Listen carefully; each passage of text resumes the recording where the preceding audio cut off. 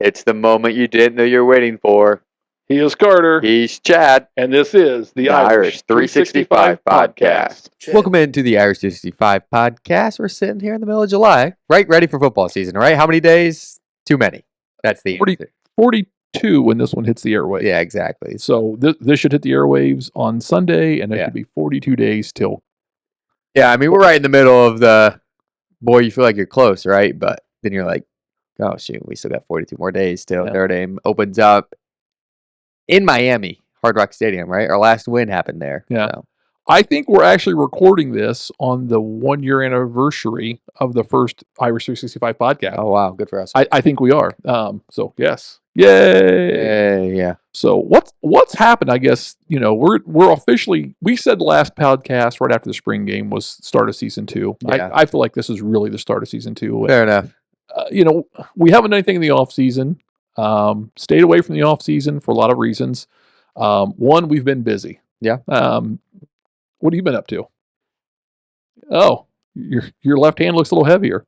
I wasn't flipping you guys off. Yeah. So Maddie and Carter officially are married now. So party on. She's same person she's always been. Awesome, great. Just different last name. Yeah, true that. She has less letters. I hope it doesn't make her easier spell. Yeah, she half a second faster. Yep, exactly. So yeah, it's been great summer so far. I mean, enjoying the golf course, enjoy the married life, right? There you go. Right, things could be worse.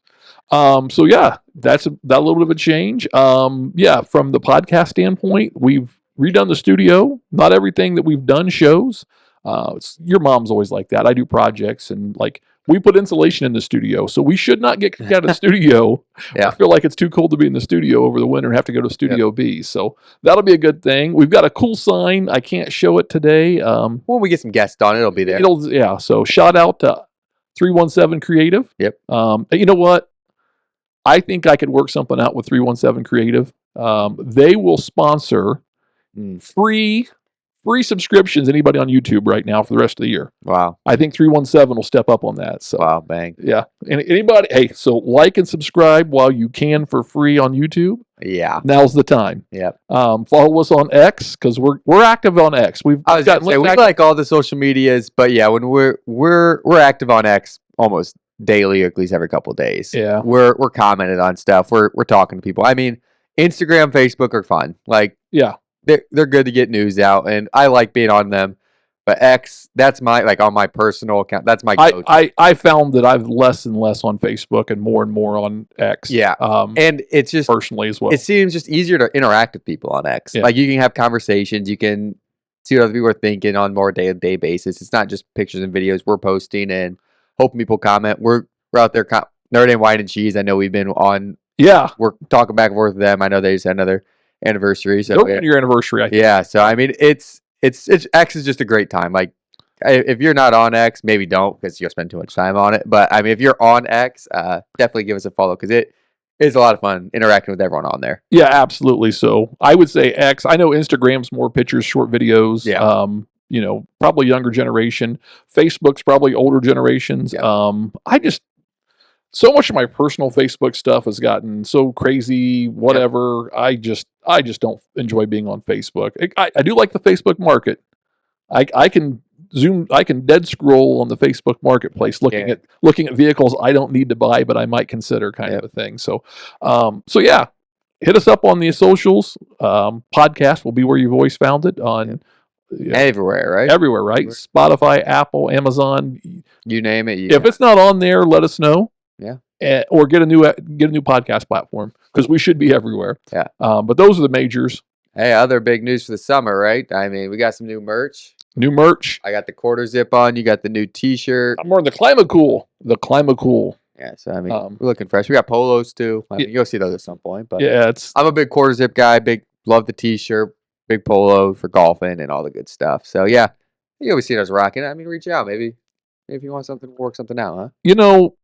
Yeah. As we go into the season, we've talked about doing some more stuff with guests, things of that nature. Yeah. Haven't figured out what we want to do, how that's going to look exactly. But I was thinking Irish Irish swag, Irish 365 swag. I mean, we did some contests last year. Maybe we'll do some contests. We did some last year for the Sam Hartman signed jersey. I mean, I could see us maybe people are interested giving out some merch weekly. You know what I mean? Like T-shirt, hey, T-shirt, quarter zip, polo, something on a weekly basis. Yeah. So I mean, we want to see the people wearing it. You know, that's right. We don't want to just be selfish. That's not us. We're not selfish people. We look good. You know, it's funny. I got to go golfing earlier this summer. You weren't with me. Yep. And I was wearing some Irish 365 merch. Turns out the guy that was the pro at the golf course was working the counter that day. Huge Notre Dame fan. We had a great conversation. Yep. He might be listening to this podcast right now. So shout out if he is. Yep. So yeah, that's kind of been a busy summer. It's good to be back getting into it. I mean, we're going to probably drop podcast weekly at this point. Yep. So a lot of stuff over the next 5-6 weeks will drop, and then we're going to be in the season, and I think the plan's to still try and drop twice a week. Yep. Probably a Sunday night drop on follow up from the previous game, something midweek.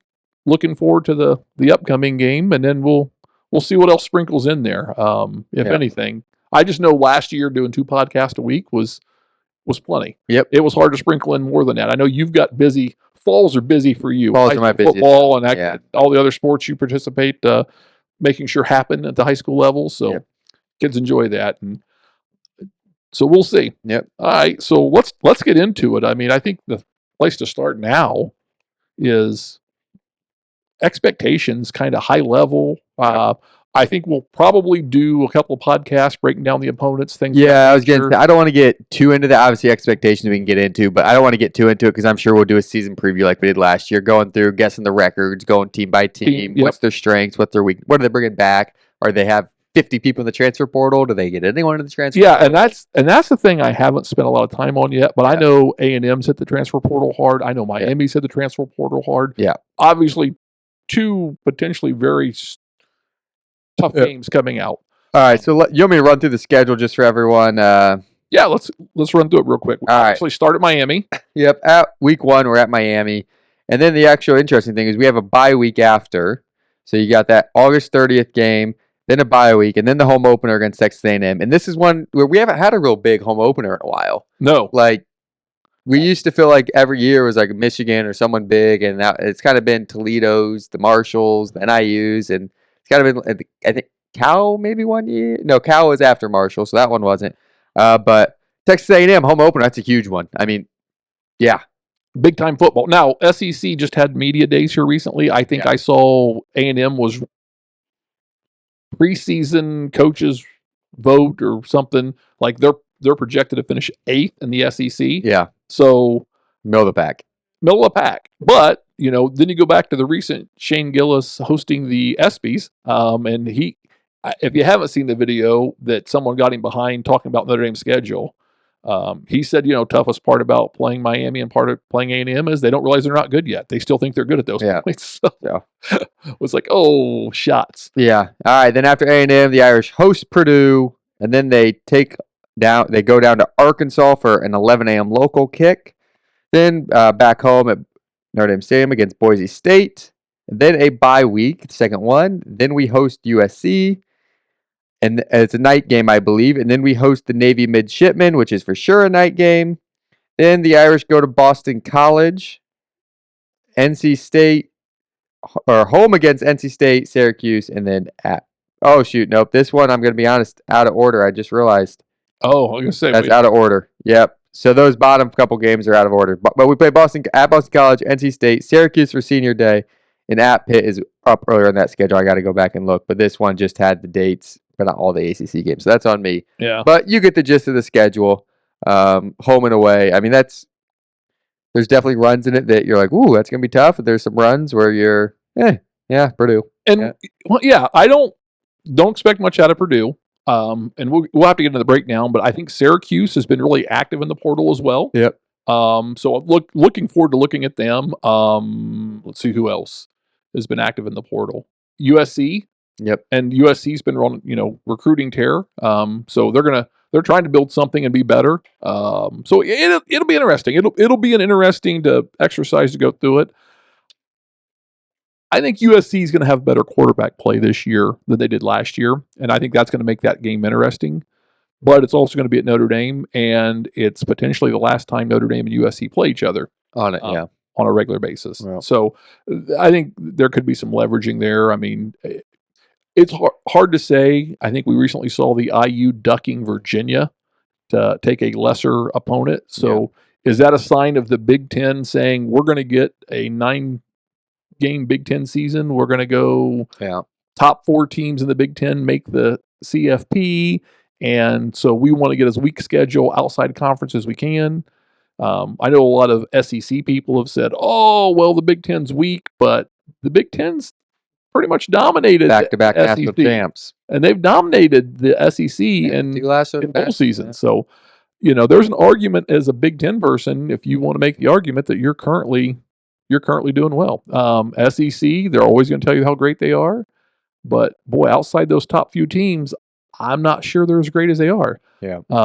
But anyway, so I think it's interesting. I don't know that I'm sitting here today. I'm feeling undefeated season coming in. Yeah. I felt undefeated season national championship run last year. Yeah.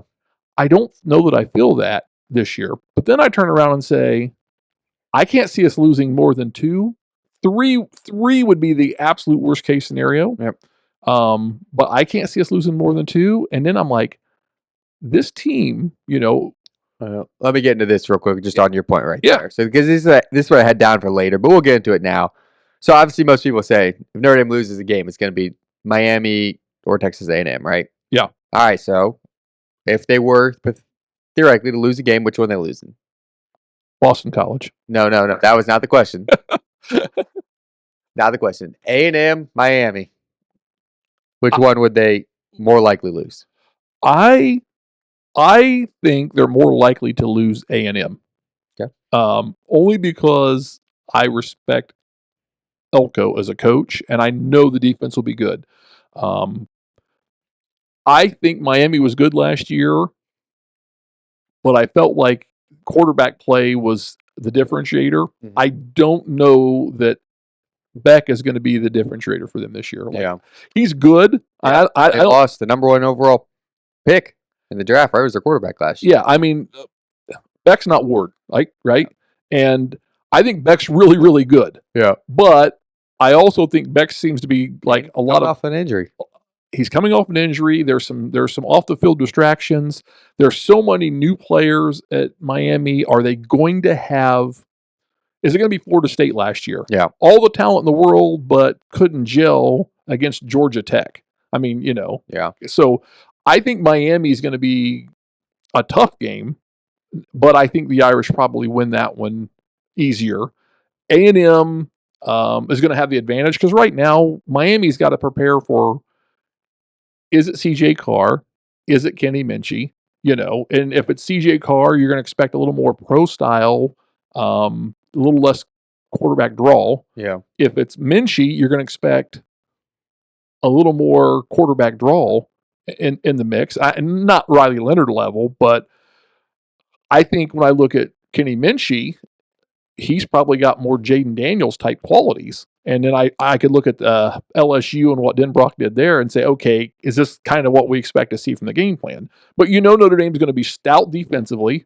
We've lost a couple of defensive players, but I don't think we're going to have much of a fall off. A lot to be determined from the Chris Ash standpoint. Yeah. But we're going to be starting a year 1 QB. I don't see Miami throwing something so exotic we can have first-year starter QB ready. Yeah. Be it Minchie, be it Carr. However, I can see Elko confusing with his defense a second and third-year QB. Yeah. So I think Elko is going to have a more difficult defense for us to be successful against. Yeah. Just my opinion. Yeah, I was going to say, I go back and forth on this thing because I think Miami's defense is probably what's going to be the best part for them in the game against us. I mean, it's going to be loud. It's going to be a first-year starting quarterback, first game. The atmosphere is going to be rocking. It's Sunday night. Yeah. So that's the advantage Miami has. But I'm leaning Texas A&M as well just because, A, they got the revenge factor. B, I feel like Notre Dame has been pretty prepared for opening games under Marcus Freeman. Yeah, and the letdown's been the second or third game. So, you know what I mean? Like the Marshalls, the NIUs, and the home opener, right? So, that also leans Texas A&M. And Texas A&M has the revenge factor coming in from last year. Yeah, but also I don't think there's going to be a letdown in anybody. I mean, it's wrong to take any team lightly. Yeah. And we've done that, and the MAC has hurt us. Yep. There's no way we're taking A&M lightly. Yeah. There's just not. But I think A&M is going to be the better coached team. Yeah. And I think A&M is going to have the better defensive athletes. So if I had to pick now, I have a lot of trauma in my life. Never seen us beat Ohio State, and I've still got memories of '93 Boston College field goal last second loss. So I laugh and say Boston College because if we're going to, that's my second question. All right, so we had those two, right? People say we're going to lose. If Notre Dame were to have a Marshall or NIU loss this year, who's it going to be? Who's the favorite? Is it actually Boston College? Because that was my second question I've written down here. We didn't give each other's these before because I wanted your honest. Honestly, I don't. Yeah, honestly, I joke about Boston College. Yeah. If I had to pick a loss to a team that we shouldn't lose to, because besides USC, we should be probably 9.5 plus. I'd say double. I think we're favored in every game. I'm saying, but 10+ point favorites in every game. Okay, but USC, I don't know what that. Yeah, is, I think Miami, A&M, and USC are probably the lower ones. And I haven't looked at the sports books too much, to be honest. But that's my guess if they're out for the season. It's too early to, unless you're trying to place a wager, it's too early to put much stock because no one knows. I mean, we're in that time of year where every team's better, everybody's great. If you're a person who thinks Notre Dame's going to be terrible this year, it's your time to go put on plus 9.5 for whoever. Yeah, because you're like, oh, they're going to be terrible. I want to get a good line early, but yeah. So, okay, but back to the question. I haven't broke it down. I haven't got into looking at other teams yet. I'm still a few weeks away from really getting into it, just being the observer of college football year-round that I am. Yeah. I would say it's got to be Pitt or Syracuse. Okay. And Syracuse, I laugh. We got the Angeli revenge game. You've got Syracuse has been active, and Syracuse was disruptive last year. Yeah. They had a good season. So if we're going to lose a game outside of the big three, and the big three games for me are USC, A&M, and Miami, because I think USC is a game outside of Miami and A&M we could lose. Like those are the three games I would say we're most likely to lose one. Not that we will lose, but most likely to lose. But then I get into the game that losing a game we shouldn't, or what the heck makes you scratch your head. Pitt or Syracuse? I'll say Pitt only because the Syracuse game was senior night. It's at home. Yeah, and we've been pretty solid in senior nights over the last 10 years, it feels like. So I can't remember losing one. We're usually at those ones. Yeah, I mean, it's usually a game year in and year out we go to senior because I like senior games. Even when we weren't going to a bunch of games a year, if we went to one, it was. If we went to one or two, usually senior game was in that mix. Yeah. I don't know, just different vibe. It's usually a little cooler. Yeah. Had some awesome snow game. Yes. So, but all right, for me, I think Syracuse as well, but I think it's kind of a thing where it's so late in the season. It is senior day. If Syracuse is having a good year, obviously we'll know. Yep. Like you said, they've been active in the portal. So I'm kind of leaning towards Arkansas, which I know is an SEC team, but we should handle an Arkansas team, in my opinion. They're like, why? How did we lose to Arkansas? But Arkansas is a tough place to play, so that's a fair guess. It's at 11 a.m. local. I'm just saying, if we lost Arkansas, if we started 2-0 and then or 3-0 beat Purdue and then lost Arkansas, we'd all be like, oh yeah, seriously. But see, I don't think you can sleep on Arkansas. And then the next one though I've got is also Boise State right after. Gentry's gone, but they were still a good team, and they're going to be a good team again this year. Yeah, I mean they don't have their top dog, but yeah, I think that's a team that's going to be. Oh, they don't have Gentry, they won't be very good, but it's like I think they're going to. They're a strong candidate for making the playoff again this year. They're going to bring a crowd. Yeah. They're going to try and blue take over. Yeah. I think that's the one. I don't really feel like that about a bunch of these games this year, but that one's I'm like, Boise State's going to bring a crap ton of people. Oh, yeah. I mean, it's a bucket list trip for those fans. Yeah. They travel well anyway. Exactly. And then you have a destination like Notre Dame, like, hey, we're going to Notre Dame. After going to the playoffs last year. And they've had this game on their schedule for years. It's not like this has just shown up this weekend. It's like, there's people that have planned around, hey, even when they didn't know how good they were going to be. 2025, we're going. I want to go 2020. I mean, how long we've been talking about going to Lambeau to see the Irish? Yeah. Like COVID. Pre-COVID when I was So, the Boise State crowd's been planning that trip. So, I'm sure Boise State will bring a good contingent, and I'm sure that'll be a good game. So, I don't Obviously, Boise State and Arkansas aren't the NIUs and Marshalls, but but my point from this one is like, obviously those are games. If we're undefeated going into them, and we lose, we're like, seriously, yeah, what, how? Because when we get into hater season, and that'll be starting here in the next few weeks. It's going to be Notre Dame strength of schedule, and there's going to be a lot. And it's always the preseason trash talk, and our schedule turns out sometimes the teams we don't expect to be good at the beginning of the season turn out to be great. And the teams we think are going to be great don't turn out to be great. Thanks, Florida State. Yeah, we had a lot of hype. Florida State's going to be awesome. Yeah, you'd walk up day of the game and get SeatGeek tickets for $40 on that one, but yeah, so interesting. So yeah, I think it's going to be a great season. There's going to be a lot of fun, a lot of I don't knows, and I think I'm looking forward to really diving into it and kind of figuring it out, if you will. Yeah. So that brings up the question I've got for you. Yeah. All right. And this we got some questions off the X platform. So if you want to shoot us some questions, you can always hit the comments in the YouTube videos. We'll watch those, monitor those. Hit us up on X, wherever. Tag us, DM us. Yeah, whatever. Send us some questions. We'll be happy. We've toyed around with the idea and the concept of even doing a call-in live show. Yeah. Haven't nailed that down yet. We've got the logistics figured out if we choose to do that. Yeah. Now we just got to figure out if we can make it work on a regular basis in our schedules. The idea behind a live show is, I think if we do one, we have to have a set time, day of the week. People can plan around, and I don't know that we can commit to that right now. Yeah, we'd love to. It'd be a lot of fun, but yeah, it's one of those things. But yeah, and so we said, do we do a live show once a month? Yeah. Do we do a live show? I don't think we can do it weekly at this point. We can't commit to that. Yeah, my schedule is. Yeah, I'd love to. So, but hit us up with questions. If we get a lot of good questions, we'll, a lot of demand. We'll make it work. Exactly. We'll figure out a way. I think the only way we could probably do it would be Sunday evenings, and I'm not sure. NFL's going on though, man. Yeah, I'm not sure it's good for like the average fan. Yeah. Because we like to watch NFL games too. Got to see where our fantasy guys are playing. Yeah, I gotta watch my team disappoint me week after week. But that's right. That's why you have 4. Nothing better than make-believe football. Yeah. So here's the question, I guess, and this is the question coming off the old X platform. Alternate jerseys. Will we wear one this year since there's not a Shamrock game? Yeah. And I think we kind of responded to that with like, definitely will wear a green jersey, so I'll throw that in there. Yeah. Have you had a chance to think about it? Let's start with that. We know there's an Irish wear green game. Yeah. Off that list of opponents, who is that Irish wear green opponent? I mean, it seems like the easiest answer here is A&M. I feel like the Irish wear green game used to be later in the season, but I think they've realized people in Indiana have to wear coats and you can't really wear as much green. It's hard. So they've tried to push that forward in the season.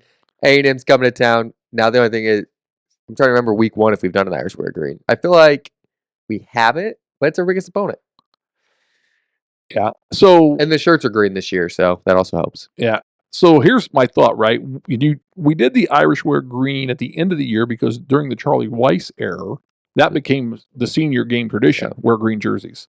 I don't see that happening against Syracuse. Yeah. I think it could be USC. That is a fair one because this is the 20th anniversary of the Bush. Yeah, so think of bringing the dark green like the shirts out this year. I could see us pulling the green out for the USC. That'd be sweet. Come out in a Trojan. The Trojan horse. I don't think if we can't get Trudeau's big drum down the tunnel, I don't think we can get the Trojan horse down the tunnel anymore. Don't question it. I mean, hey, anything's possible. Yeah. The School of Engineering could work on that. We could make it happen. If Purdue let us disassemble that drum, we could get it into the stadium. Fly it in helicopter. I think it's one of those things. Maybe we could make it in, but we can't make it in. Yeah. Sorry about your big drum. Yeah. Sucks. Yeah, I'm really leaning USC as I thought through that on the green jersey. Yeah, that's a fair take. I feel like it's got to either be A&M or USC. I think we both agree on that. Yeah. So, and here's why this is the other part of it. If you're going to wear an alternate jersey, night game A&M. Yeah. And there's the rumored black jersey that was out there for the IU playoff game. So, yeah, what would be more stick it to A&M than a night game wearing a black jersey? Because A&M, yeah, that's their alternate color. And you've got a bunch of black jerseys ran by Under Armour that they were talking about for IU and they didn't. So I don't know that Notre Dame will pull off the black jersey, but if they were going to, or are you going black jersey or just alternate jersey? I think they likely to wear an alternate jersey against A&M. You think so? I think they could. I think they'll go. I don't think they'll go alternate. They'll go green or they'll go classic blues. They're too traditionalist in that big of a game. Week 1 home game. Yeah. I think if we're gonna wear an alternate jersey, any home game this year, Navy at night. There's no reason for that Navy game to be a night game. Yeah.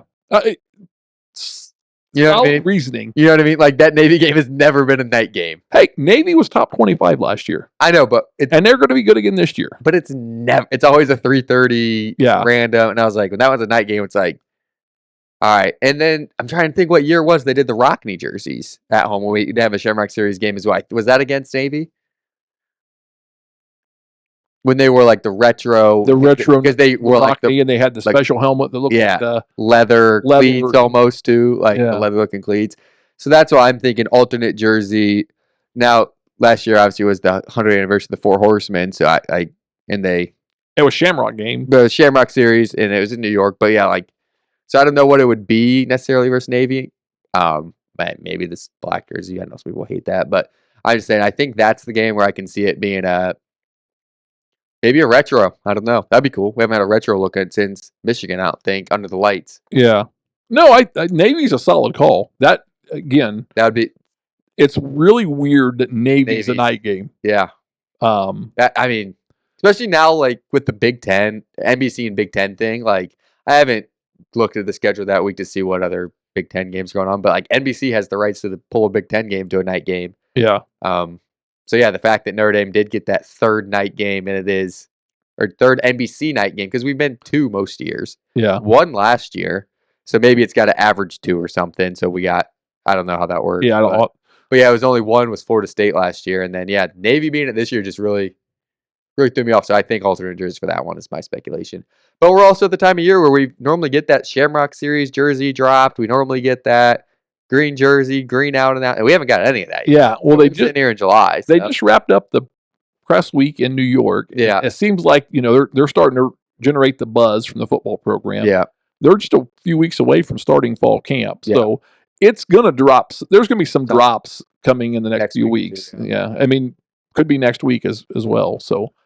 Yeah, I hope so, because I mean that stuff's fun. I mean, not good for my wallet, but it's fun, huh? Yeah, no, I might like the choice of Navy for the alternate jersey better than A&M. Yeah, quite honestly, I think I could see it at A&M. I just don't think we do the alt jersey at home week 1 with that big of a matchup. You know what I mean? Like Navy's so late in the year, we play them every year. Like, yeah. And I think they were talking about the potential. There was the rumor. I don't even know if Notre Dame was talking. The rumor was out there about a black jersey for that IU game. Yeah. And I think Freeman kind of made a comment at one point, like the captains kind of got to decide. Yeah, so that was the interesting part. Like, the captains decide what we got to wear. So that's one of those things we can always speculate because we're not in the program. Like, did Under Armour send them 5 options and captain said, all right, we'll take that one. You know what I mean? Did they say we went traditional? Which those jerseys were sweet. They were the gold number. Like, they looked great. They had a little thing on the back as well. So, yeah. Yeah, and there's been people asking for like the blue jersey with the white pants. Yeah. The alternate white pants. There, the green jersey with the white pants looks good. Yeah. Which we did that last year against Louisville, I believe. Yeah. For the Irish Brigade. So. Yeah. So, I mean, it'll be interesting. I think maybe Navy, though. Now that you've dropped that on me, I'm like. And the reason we're saying we're thinking this is because there's not Shamrock game. We have 7 home games this year versus the normal 6. Yeah. So that's why we think.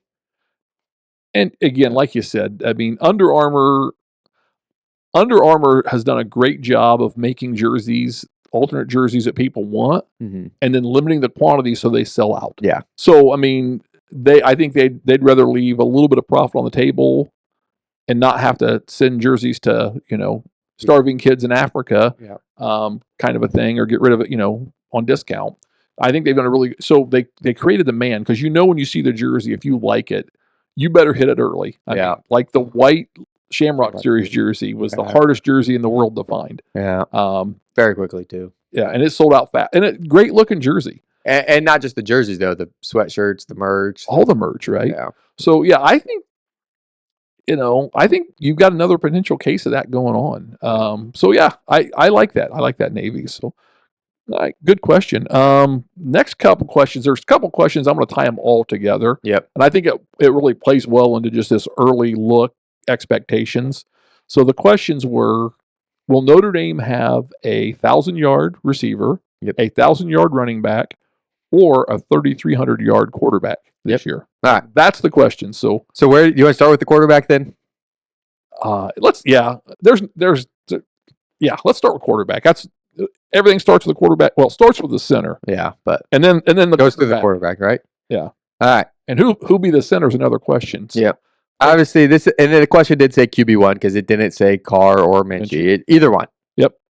Who was the last? I'll hit your question with the question. Do you know this off the top of your head? Because I had to look it up. Who was the last Notre Dame quarterback to go over 3,300 yards? Golson, 2014. You're on it. Jack Cohen came close in 2021 with 3,150. Ian Book in 2020, I believe, or maybe 2019 because 2020 was shorter, 3,034. Yeah. Do we think? I do not personally. I don't care which one it is. I do not think guy goes over 3,300 yards, and it will get into this more, but just it's Notre Dame. We're gonna run. We got Jeremiah Love. We got Jadarian Bryce. I mean, if we didn't have those guys, I think you might be able to convince me a little bit more. But I just know how strong our backfield and our offensive line is allegedly going to be. And Aeneas Williams is going to be there. I know. And have you seen Kendrick Young? Yeah, he's got estimate size. Yeah, like he's blown up. And if he's Payne, let's not forget Payne. Yeah, and Payne's like, yeah. I know that we've switched running back coaches. I know that Snyder's kind of like, hey, I'm not going to run as many rotations as what we've ran in the past, where McCollum would run 4 guys deep, 5 guys deep. I like the 4 and 5 guys deep. I also know Denbrock likes to hone in on stars. Yeah. So I don't think your quarterback is going to be the star this year. Yeah. Whoever it is. I think they're going to be good, but they're not going to be put in a position, especially early in the year, to have to win us games.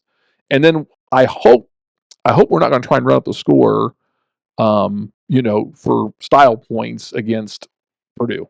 I mean, we did last year. I mean, at halftime we were into QB2, and by third quarter end we were playing QB4. And I think the only snaps that Carr got in a game last year were at Purdue, right? I think it was. I don't think Carr. I think he might have been hurt by then. Was he hurt by then? Yeah, I remember Minchie going there. Minchie was in. I was thinking Carr got like a few snaps right at the end. Maybe he did. I remember Minchie did. I don't remember Carr. That stadium was so empty, and it was scorching hot. We had to move because we were sitting in the sun and the black seats. Which good for Purdue. They put us, the away fans, right in the hottest part, and they painted the bleachers black. Yeah. Oh, and then they were right above the Tenderloin.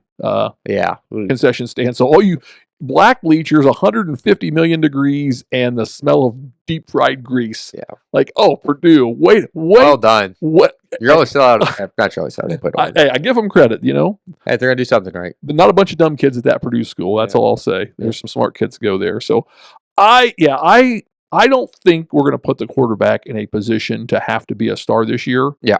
And I think whoever it is, whoever is the quarterback this year, barring they don't get injured, they're back next year, second year, and I think they're going to be. That will be our feature player. Yeah, that we're going to. Yeah, if you ask me this in a year from now, I'm hopeful. I'm like, I say next year. And I think Denbrock likes to feature his stars, and I think Notre Dame will play down the idea of trying to get somebody the Heisman, because the last time they tried to do it was Jimmy Clausen, and that didn't go very well. No, Josh Adams. Yeah. But Josh Adams came on late. They had Clausen for Heisman shirts week 1 in the bookstore. Yeah. And then 33 Trucking kind of got away week from 6, him. 7, 8. Because, what he started off with four games Texas, with 90-yard plus games in the first 4. So Josh Adams kind of surprised him. I think going into this season, you're going to key on your star, and your star is going to be offensively J Love. Yeah. Right? So that goes to the question of 1,000-yard plus running back. Yeah.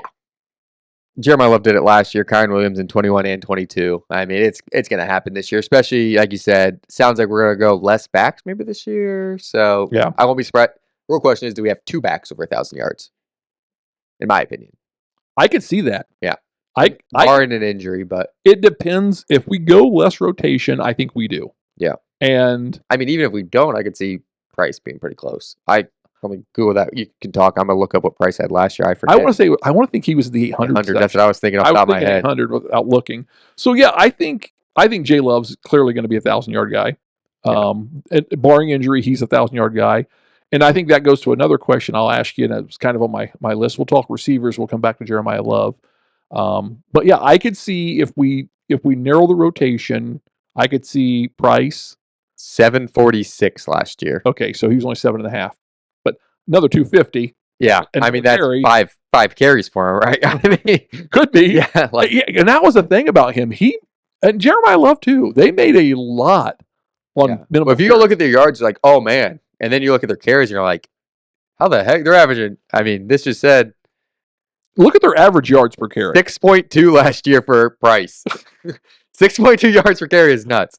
And I think, again, the offensive line is a little unsettled, but I think the offensive line is going to be able to just get out and push. For the most part, we're going to and Love with 6.9 yards per carry. Yeah, I mean that's just ridiculous. I mean, your two starting running backs over 6 or 6. Yeah, and how many yards, touchdowns did Riley Leonard vulture? Yeah. I mean, I'm glad he ran when he ran sometimes, but so I think both those guys are going to see much better numbers, and I think Payne can surprise some people. I think Williams is going to surprise people. I think Young is going to surprise some. I mean, I love our running back group, and so we'll break that down when we get into that, but later in the podcast. But Riley Leonard 906 rushing yards last year. Yeah.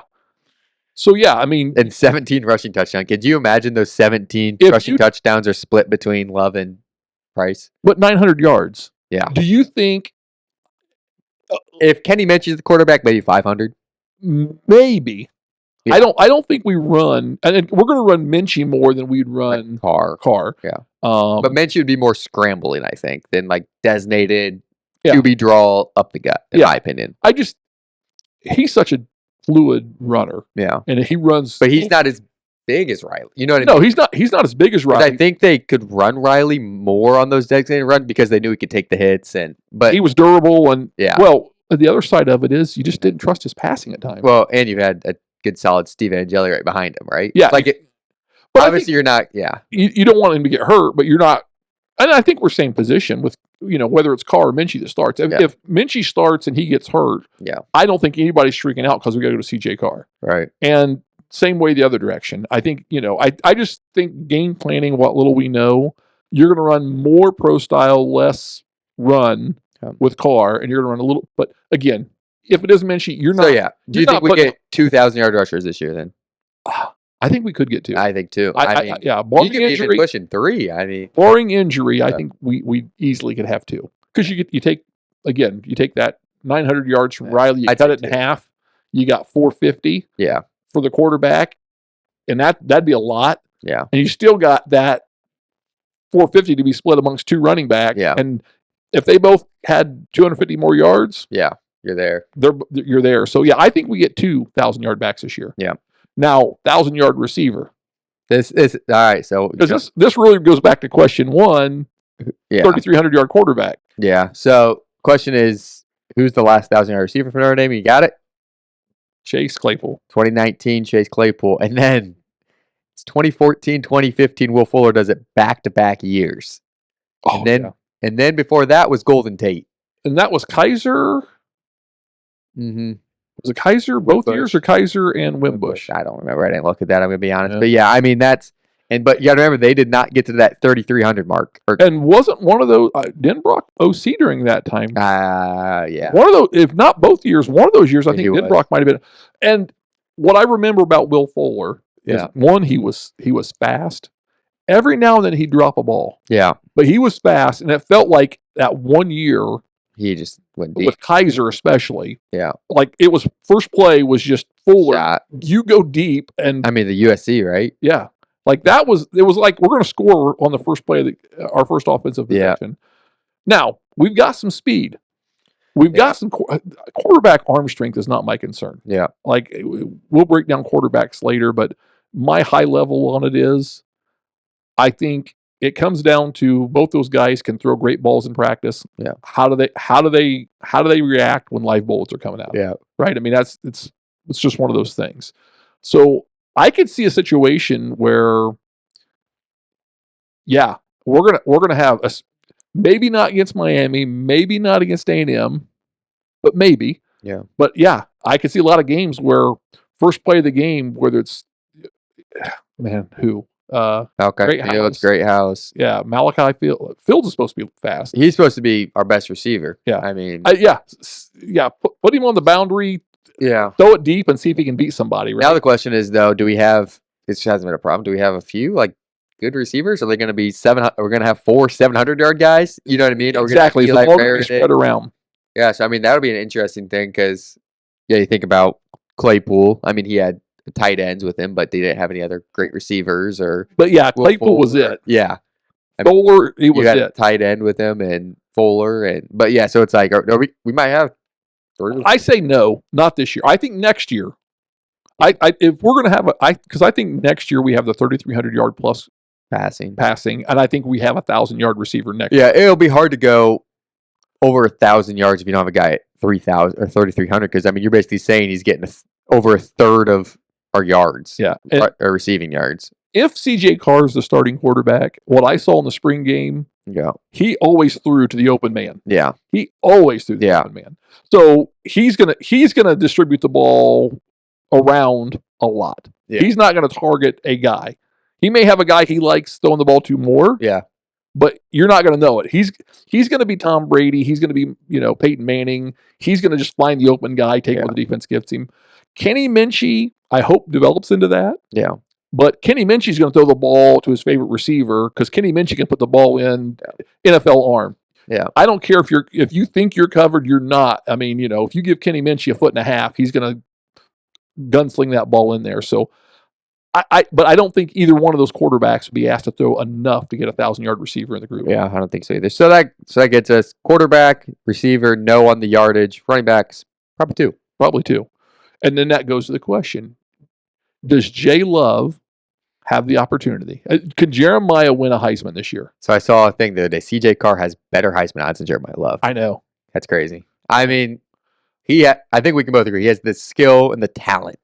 No doubt. No doubt. No one would tell you he doesn't have the skill or talent. But if you play the new college football video game, he for sure has the talent. But if you look at the last 25 years, maybe, I don't know, beyond that, but it's a quarterback award. And we didn't have a quarterback win it last year. Right. And we got maybe the biggest name coming into college football. We got a Manning. Yeah. As a quarterback in college football, obviously Tim Tebow had going into a season, but Tim Tebow didn't have this as it's year one starter. I mean, so yeah. Who are the last 3 running backs? Do you know this? The last 3 running backs to win a Heisman. Mark Ingram. 1-1. Let's see. Gentry obviously didn't. Mark Ingram was in there. Yeah. Reggie Bush. And since it's back, I guess. Who was the third then? The third is you're blanking on it now. I'm blanking on it now. Played for Tennessee. Big guy. No, Derrick Henry. Derrick Henry. Yeah. And then probably before that, if you go back the fourth, is Ron Dane. Which Ron Dane was Derrick Henry at Wisconsin, I think, in 2000, 2001. Now, Ron Dane had... So, if you look at that, all those guys probably had 1,500 plus. I want to say Derrick Henry had 2,000 yards. It's something ridiculous. Pushing it. But all those guys were 1,500-yard plus guys. I think Reggie Bush, his style of play is probably the closest to Jeremiah Love. Sorry, I just looked it up. He had 1,986 yards. And remember, who finished second behind him was actually Christian McCaffrey. Yeah. Yeah, because that was a really good race. But so I think the bar is so high. Yeah. Jeremiah Love has to average 133 yards a game. Yeah. And will he get more touches this year? I think so. Yeah. But is he going to get 133 yards a game? Yeah. like to get to that 1,600-yard mark to make him a Heisman. I mean, he's going to have now. What I do expect to see is I expect to see him getting the ball in different ways. Yeah. Catching the ball. I would love to see them utilize him on some punt or kick returns. Yeah, that would be the thing. I don't think they will. I think that's where your younger backs are going to get their time on the field. I mean, or some of your wide receivers. Could they? Because I think back to Reggie Bush. Could they put him in a position where they utilize him to get him a Heisman? Yeah. If it was important to him and important to the school, yes. Yeah. I just don't think they will. Yeah. As much as I want him to be the next. I mean, I haven't seen a Heisman Trophy winner. You know what I mean? I mean, like when I think about Heisman Trophy winner, I think about Tim Brown. Yeah. The skill set. Yeah. And then the character. Jeremiah Love's a high character guy. Yeah. He's a team guy. Like he embodies the concept of the Heisman Trophy in every way, shape, and form. He's not going to be a guy that we're going to be worried about in 10, 15 years doing something stupid to tarnish the name of Heisman. Yeah. He's not, and I won't throw names out there, but there's been some guys that have won some Heismans. Yeah. One played at A&M, one played at USC. There maybe a few Alabama. Like there's been some guys that you're like, they won a Heisman, but high character. Yeah. Jeremiah Love's got like complete package. Yeah. He's going to have the highlights, and that's the thing I thought about. Let's just say he has a 1,100-yard season, 300-400 yards receiving. Yeah. But he has just electric plays. And they're like, well, Jeremiah Love only had 1,100 yards, but he's averaging 7 yards a carry. He's got, how many touchdowns? Like, I think he's not going to be a stat monster, but are we to the point where you don't have to have the gaudy stats, because the gaudy stats have been there because of the newspaper and that? Is it no longer about the gaudy stats? Is it now about clicks, the views? But I think he could fill up weekly highlights. Yeah, look at his last year's highlights. Yeah. But he's got Arch Manning to battle with, and then he's got Jeremiah Smith, who I think is going to be. He's going to be putting those. Yeah, that dude Smith's got to be the front runner. But I think Arch Manning's going to make throws. Yeah, but with his wheels though, he might put some highlights. But are we turning over? Because it's always been a stat game. Yeah, and because you can't watch everybody play. Yeah, and how many times can you watch Arch Manning drop back and throw a beautiful ball? Yeah, and do something that you're like impressed with, right? But I think Smith and Love can have highlight reels. Yeah, they can have that. Oh my gosh, he just hurdled somebody. He jumped over something. Yeah. Like I put up 300 receiving yards in that game. Yeah. And I think that's kind of it, right? I think we're starting to transition where the stats are becoming less and less important. Yeah. And if that happens, I think it becomes less and less a quarterback award. Yeah. And it's not just going to be high stats running that necessarily. It's going to be highlight plays. Yeah. And I think Jeremiah Heisman moments. I think Jeremiah Love's going to have potential those Heisman moments. Big plays and big moments. And you can go back and watch highlights from last year. Then it'll be 7-minute video of 7 different. You can watch. Yeah, we had USC, Army, IU, USC hurdled somebody. there was 4 or 5 different just phenomenal hurdles, and then you got the Penn State. Best play ever. 1.5-yard run I've ever seen in the college football playoffs. Yeah. No arguing there. Yeah. Maybe ever, but So I think I think. And then you got a 75-yard run at Army. You've got 98 yards against IU. Yeah. He's going to have enough highlights that I think it's coming. If it's not there this year, it's coming. That it's going to be highlight plays. It's going to be. It's probably not a bad take though. The highlights, the Instagram. I could see him having moments to go viral, and that's going to have more influence on the best player. Yeah, that's fair. That's a fair take. That's modern society. Yeah, I just trying to look at the trends. Yep. Anyway, it's going to be an exciting season. I'm looking forward to podcasting, getting back into it. We've taken the off season off. It's almost football season. It's 6 weeks away. Yeah, I'm getting juiced, right? Yeah, and you kind of joked here in Northeast Indiana. It was a little cooler the other day. And you're like, this feels like. I was gonna say it was 72 and cloudy. It was like, oh man. Get the sweatshirt on, right? But I was a little hot in it, but I still put it on. Just get that feel. So I'm not ready for fall yet, but I am ready for football season. Yep. So yeah, I think it's gonna be interesting. And again, I'm ready for it. I'm here for it. I'm excited for this season. I think we're going to have a good team. Yep. I think college football playoff berth is a realistic expectation. I think a deep run's a realistic expectation. I don't rule out the possibility of national championship run. I'm not going to call it, but I don't rule it out. So everybody's better. Everybody's excited. Why wouldn't we be too? Everyone's national champions here in July, right? No one's lost it. Yep, no one's lost it. People have lost the game, the calendar year, but not this season. Yeah. So all right. Well, hey, I think that's a good first start back into it, getting people warmed up. Absolutely. Remember, I'm going to talk to 317 Creative, but subscribe to YouTube channel. I think they'll cover the cost. It's free to everybody right now. Just got to click the button. Just click that button. We hope you enjoyed this episode of the Irish 365 podcast. You can find us wherever you get your podcast. We are on YouTube, X, Instagram, and Facebook. Just search for Irish 365 Pod. And you can always reach us at our email, irish365pod@gmail.com. Good night. And God bless.